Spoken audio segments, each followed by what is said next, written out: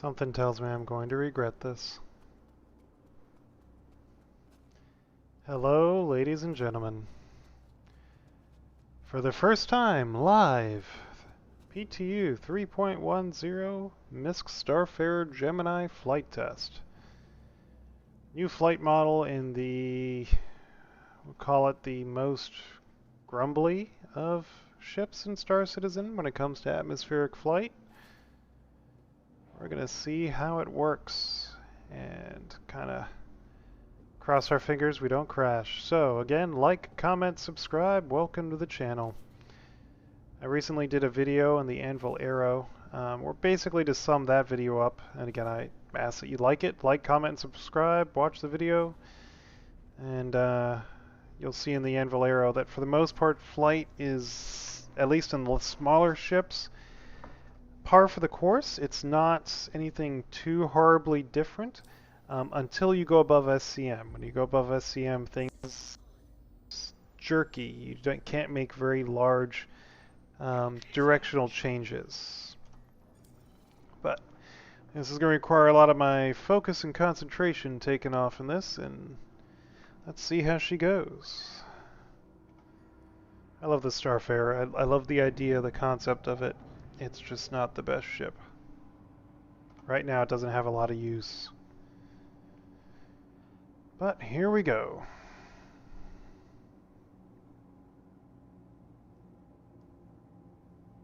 Alright, so initially I'm unable to lift using just thrusters, so I'm going to have to use some afterburner. Alright, so you need afterburner to initially lift off.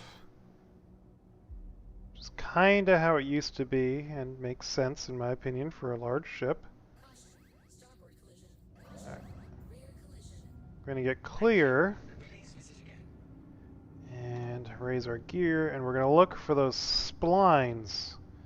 Because large ships need splines to take off, or else you get crashed into the ground by autopilot. And that has apparently been an issue. I'm not seeing any splines. Are you? This could be a problem. I'm going to slowly start climbing.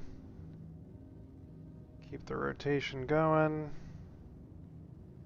If we get near a restricted area, it's going to kick us into the ground as one of the known bugs. There they are! Beautiful. Alright, let's get up into these. That's kind of a pain. We're going to definitely need boost to get ourselves tracked onto this.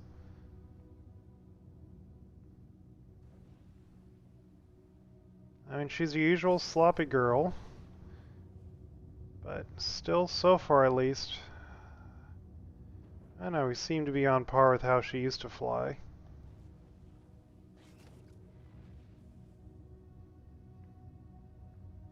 It's not too bad yet.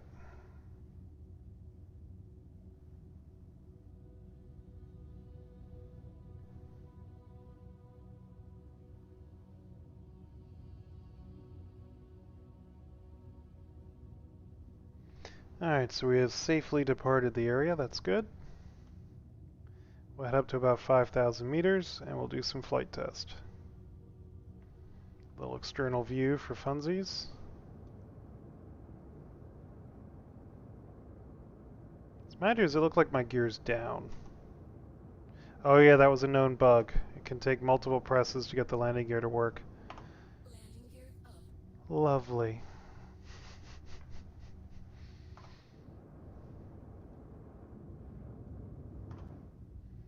Alright.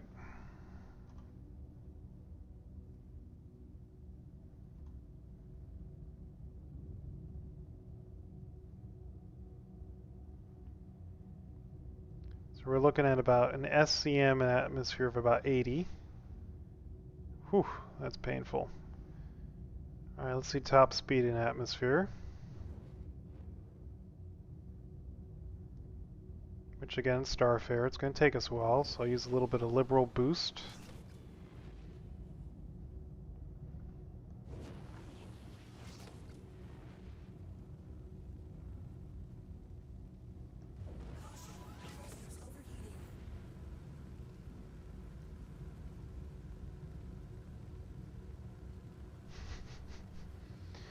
Well, she's still the pig of the skies.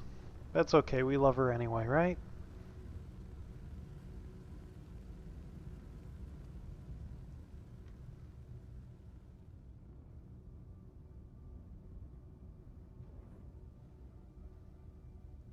Yeah, I don't think she's going to speed up much more than about 200.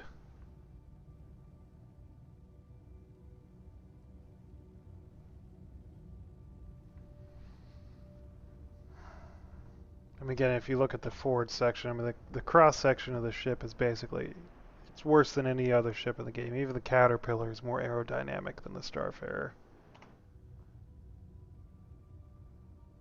Yeah, about 220, we'll call it 225. You might be able to get faster than 225 in atmosphere, but by the time that happens, you've fallen asleep.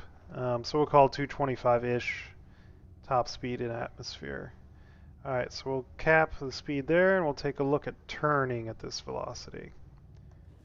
So at max atmospheric, we'll try a roll. This is full roll, ladies and gentlemen. Full.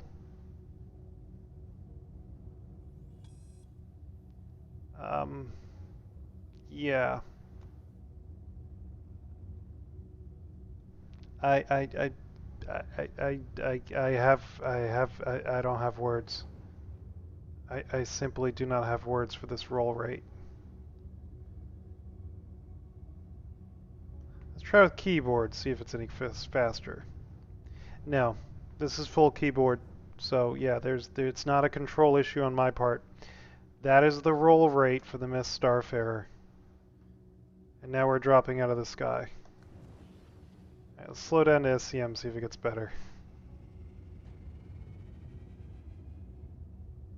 Oh my god, marginally better. The roll rate of the Starfarer in atmosphere we'll call it non-existent. This is not a roll rate, this is a roll day. It's a roll day, yeah. Alright, let's check yaw in atmosphere at SCM. So, I don't really have any heading markers, but we'll just use the kind of movement over the ground here. That's slow but doable. We're at least tracking. We're moving all the way through. Alright, we're facing Hurston again. Alright, Lorville. So I'd call that like a 2-minute turn. Something like that. Or a minute turn. So pretty abysmal. Alright, and we'll do pitch. I'm almost afraid to do pitch. I think we're going to hit the ground. So we'll try first a vertical 180.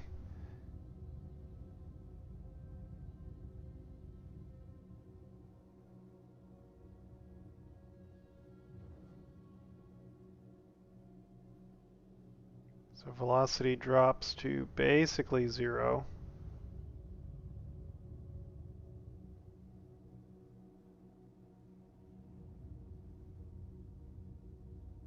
Yeah, so you can do it, but you pretty much lose all of your airspeed. Which again, at SCM you're only starting at, what was it, 80 anyway. So it's not like you got a whole lot to lose. Alright, I'm going to regret doing this, but I'm going to turn off coupled. And we begin to drop like a rock. Pitch up to 15. Nope, and we are almost losing controllability, just trying to pitch up to maintain. Afterburner in. Some vertical thrusters. All I have to say is Idris, or heavens to Betsy, the Kraken. If this is a flight model they're going for, I don't see you ever coming planet side in something like that. Put coupled back on. Yeah, and then the ship is flyable. So you're not flying this decoupled at all to try to improve your maneuverability because it's non-existent. Let's go ahead and try to climb up higher and get into orbit. So atmospheric flight for the MISC, for the Starfarer, we can pretty much just summarize as abysmal. Do not run cargo in a Starfarer, please.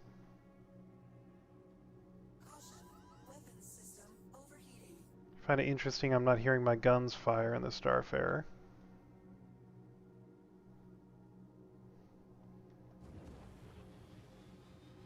Come on, sweet cheeks. Climb out of atmosphere. This is bad. Starfarer used to be bad to get out of atmosphere, but now it's really bad.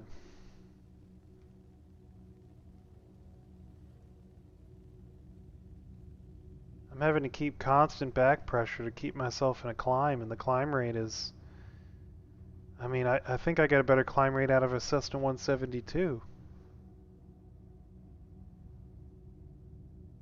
I mean, it's not like this ship is lacking for engines. It's got a lot of engines. It should have a lot of power. It's got that Xeon tech that's supposed to be high performance, so I don't know. I don't know. I mean, really, that's all I got for that. I'll take the Carrack up in a little bit as well. We'll check the Carrack and the Caterpillar. But as kind of like what I was afraid of, everyone was just saying, "Oh, just point yourself straight up and fly like a rocket." I was afraid this would happen. You can't point this up and... I mean, watch what happens if I try to point this up and fly like a rocket. Alright, so we're at 44. I'm pitching up. Velocities at 80, 79, 74, 50. We're at about 90 degrees. We're pitched up like a rocket. I'm going to use some boost. We're overheating, so there's 90 again.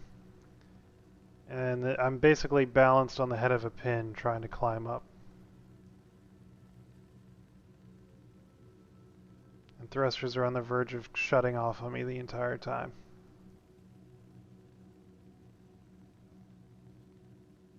It's working, but yeesh. Oh, Alexander, yeah, overclocking on a stock build while climbing out of atmosphere, that's kind of hard to do with a stock build. Plus, this is still the PTU, so I'm hoping some of this is going to get adjusted. But right now, as it stands with the Starfarer, you're basically just going to climb out and hope to hit your 10,000 and then quantum out. And Benji, the Idris can go planet side. Do you remember the last, what you call it? There was a Citizen Con where it landed on a planet. And they tried to, again, it took them like 30 minutes to get something up the ramp of the poor thing.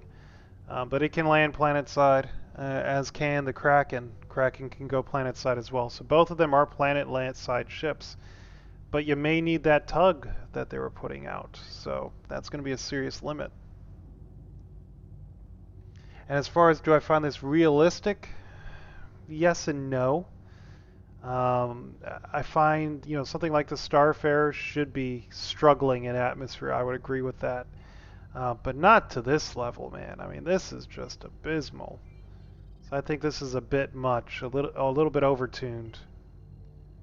All right, so let's head to Everest and see how she's handling in space now.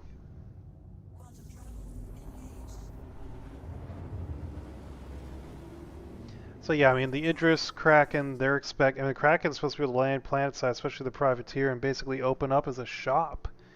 So yeah. Alright, let's see in space now. My usual orbit around the station is not going to happen in the Starfarer, I can tell you that right now. But let's see. Let's check the top speed.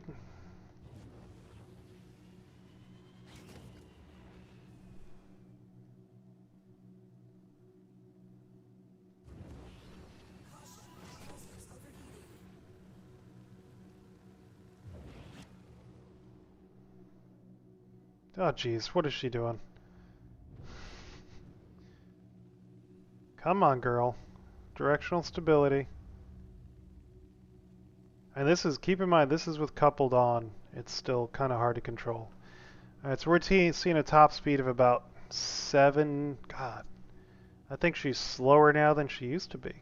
Actually, no, she topped off at about 900.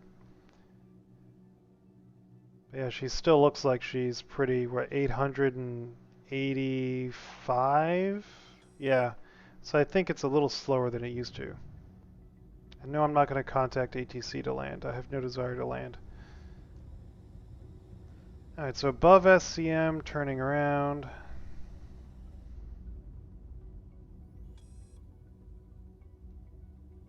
Bye-bye, station. Nice knowing you. Full boost. So yeah, she's as slow as she ever was in space, but this is new. You've seen this directional issue I'm having.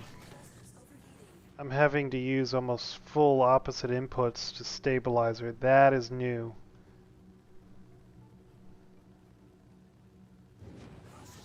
She definitely did. I mean, look at that. Sushi overheats. She loses all directional stability. That is new.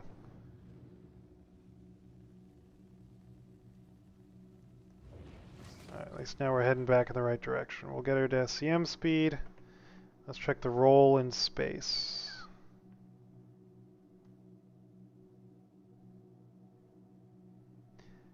Yeah, still really, it's not as slow as it was planet side at least.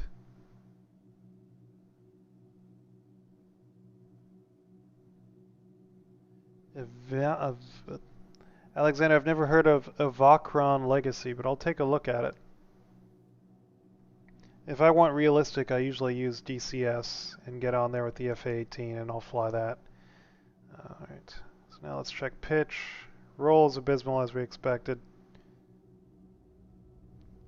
Yeah, she feels heavier. Definitely heavier than the Starfarer used to be. Definitely heavier. I'm not using any thrusters. This is just pitch, roll, and yaw right now. Alright, let's check yaw.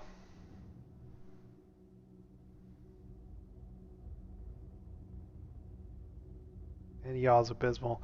Again, so Starfarer is still flying like a very large, overburdened monster, but a little bit more so, like worse than it used to be. So if you're a Starfarer pilot using it, I'm sorry. That's about the best I can say. You're going to need to abuse. Again, you're going to have to stay at SCM at all times in the Starfarer.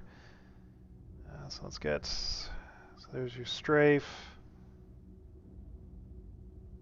Still there, it's just very slow and very slow to change direction or respond. Which is what they talked about. They talked about it feeling weightier in the ship. I just didn't expect it to be this bad in the Starfarer. So the Arrow was minimal impact as far as the new flight model changes in my experience. It felt better with the smaller ship as far as how it controlled and handled with coupled on and off. It seemed to fly, in my opinion, more realistic, if we want to use that term for something that's not, again, it's a space simulator, so there's not really realistic, unless they're going to go for full Newtonian physics, which would require out-of-line-of-sight combat, etc., which is not what Star Citizen's supposed to be, so I understand that. But this kind of, and this is just sloppy. I mean, this is a very large, high-tech cargo ship. You're supposed to, be able to handle this ship by yourself, and it's a huge ship. I would expect better handling, higher tech thrusters. I don't know. We're going to try the rotate around a point here once we finally get there, and we'll see how it goes. But I have a feeling it's going to end in a fiery explosion.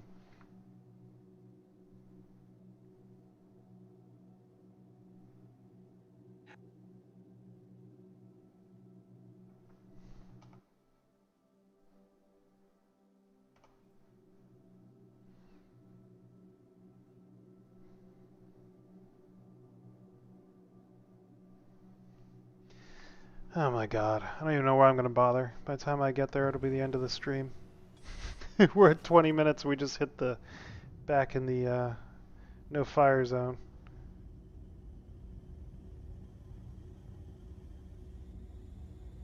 Yeah, I think the next video I'm going to get in the Carrack, and we'll see how that flies, because that's the next largest ship as far as handling goes.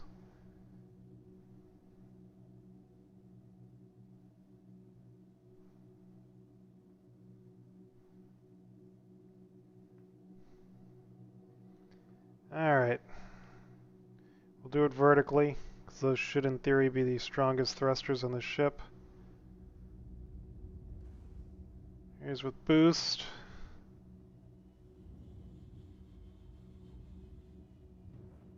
Oh god. Oh my god, why did I even try? Now we're just going to try to recover before we hit the station. Yeah, not that Starfarer was ever the most maneuverable ship, but she's definitely a chonky girl now, so handle her with care, as they say. So yeah, let's go ahead and do it the fun way. Quickest and easiest way to get back to Lorville. I'm holding down my back button right now, so we should be exploding. But does anyone notice what's not happening here? The exploding. We haven't blown up. Can I commit suicide? Will that work? That could be because we're in the armistice zone. But usually you could even blow up in the armistice zone. My legs are twitching. That's not good.